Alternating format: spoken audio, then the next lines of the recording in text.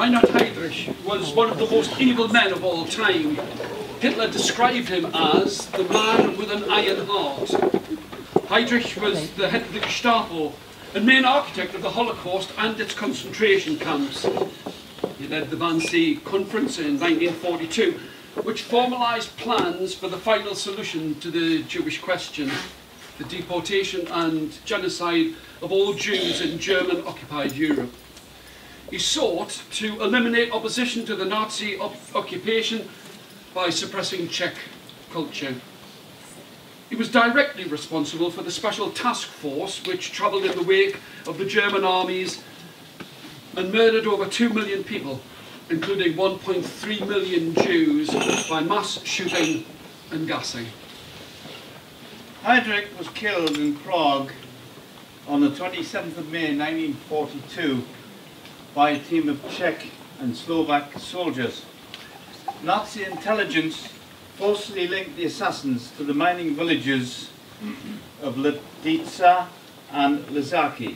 Both villages were razed to the ground. All the men and boys over the age of 16 were shot, and all but a handful of their women and children were deported and killed in Nazi concentration camps. In Stoke-on-Trent, in September of 1942, the Labour MP Sir Barnet Stross with union leaders called a mass meeting of 3,500 miners. Together, they pledged that they would make sure that Lidice would live.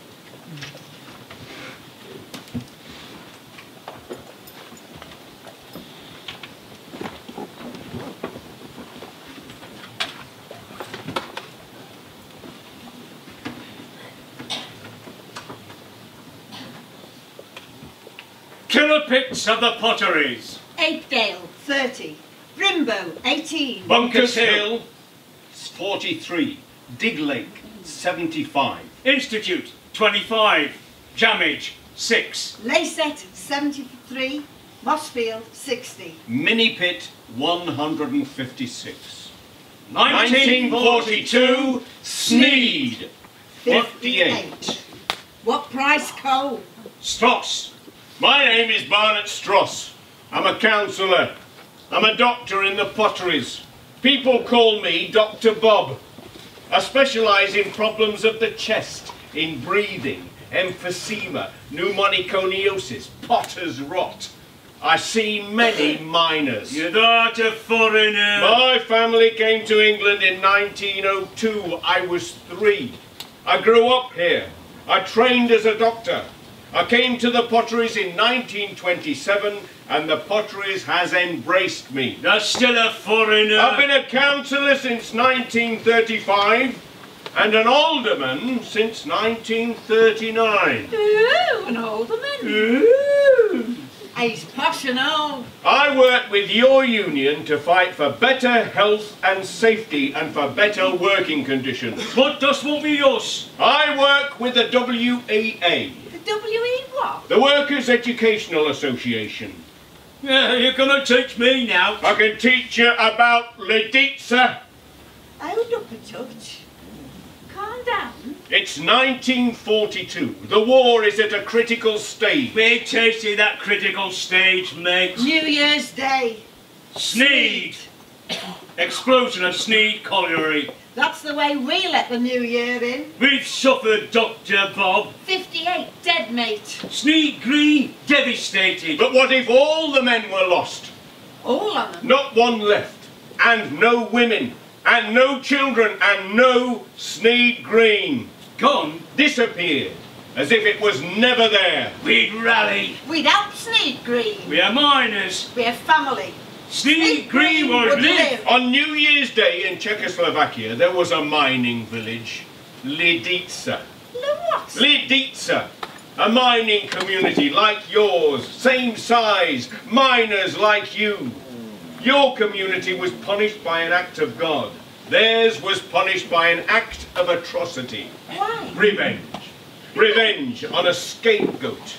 Revenge on a village. Well, what could a village do? It's war.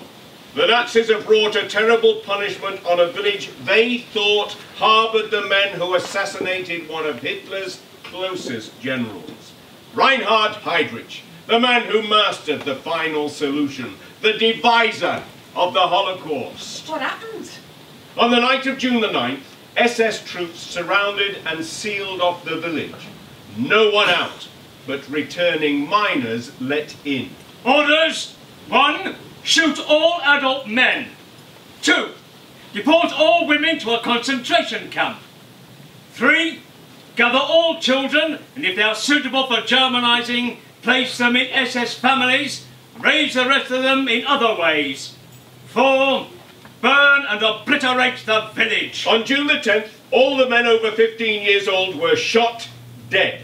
192 men dead. Women were separated from their children. Some were killed.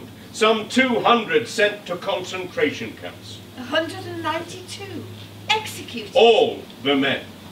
And the women and children taken away. By the evening of June the 10th, not a living inhabitant remained in the village of Lidica. And then? The entire village was demolished, the church blown up, the ground ploughed up and made into a field. Like it never existed. Well, that could have been Sneak Green, Bignell End, Florence, Just disappeared. Kemble, Bullstanton, Holditch. Same as if they'd disappeared. Apedale, Park Hall, Silverdale. Same as if no Sneak Green. Same as if No Sneak Green. Lidica was gone. This horrible act of Nazi atrocity took the lives of 192 Lidica men, 60 women and 88 children. The village was gone. Only 17 children left. A mother talks to her lost son. Mummy from Lidica whispers, "Here," the words from her home echoing near. Good night, my dear little son. Stop crying for your mum. Dream about your teddy bear, about a garden we will share. With my song you sleep tight, blending with falling rain tonight. If you have survived. Something wanted doing. I'm Arthur Bagley. It's our Arthur. He's got something to put to you. I'm Arthur Bagley, President of North Staff's Miners. Though Lidica's been totally destroyed, and our brother miners have been murdered, and the women and children brutally battered and treated by the Nazis, we say this village will be rebuilt.